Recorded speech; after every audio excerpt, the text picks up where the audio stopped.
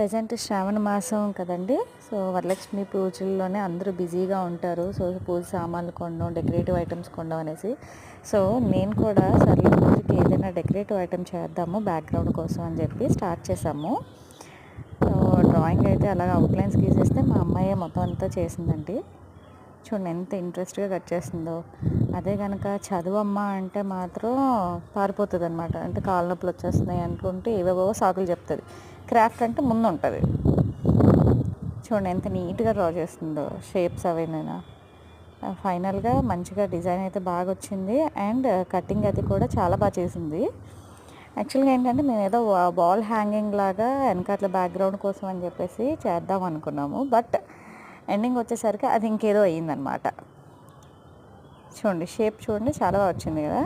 And cut చేసిన glitter sheets కూడా మంచిగా వచ్చినాయి. బట్ ఏం చేసాం ఏంటనేది నేను వేరే వీడియోలో